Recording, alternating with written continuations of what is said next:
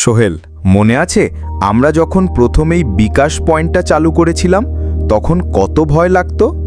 একটা ভুলে পুরো হিসাব গড়বড় হয়ে যেত। একদম ঠিক বলেছিস রাফি। ক্যাশ সামলানো, হিসাব রাখা, দিনে দিনে কত কিছু শিখলাম। এখন তো মনে হয় আমরা নিজেরাই ছোট একটা ব্যাংক চালাচ্ছি। হ্যাঁ রে, কিন্তু জানিস এই ব্যবসায় সবচেয়ে কঠিন ব্যাপারটা কি? কি বল?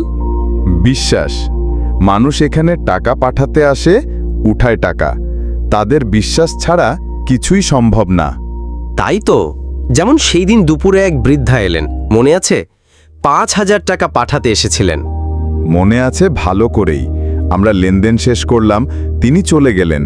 ঘণ্টাখানেক পর আবার এলেন, চোখে পানি নিয়ে। বুড়িমা বললেন, বাবা, আমি ভুল করে ১০,০০০ টাকা দিয়ে ফেলেছি। আমি সঙ্গে সঙ্গে ক্যাশ মিলালাম, দেখি সত্যি ৫,০০০ টাকা বাড়তি রয়েছে। তুই তখন একটুও না ভেবে বললি, মা, এটা আপনার টাকাই, চিন্তা করবেন না। তোর মুখের সেই আত্মবিশ্বাসটা দেখেই সবাই অবাক হয়ে তাকিয়েছিল। আরে ভাই, টাকা গেলে আসবে, কিন্তু সততা গেলে সব শেষ। আমরা তো শুরু থেকেই ঠিক করেছিলাম কখনো কাউকে ঠকাবো না। সেই ঘটনার পর থেকে কিন্তু আমাদের দোকানে ভিড় দ্বিগুণ বেড়ে গেছে। মানুষ আমাদের বিশ্বাস করে, চোখ বন্ধ করে লেনদেন করে। আর এখন আমাদের একটাই উদ্দেশ্য, নতুন যারা এই লাইনে আসছে তাদের আমরা শেখাই যে টেকনিক শিখবে, কিন্তু আগে নীতি ধরবে। একদম ঠিক বলেছিস সোহেল।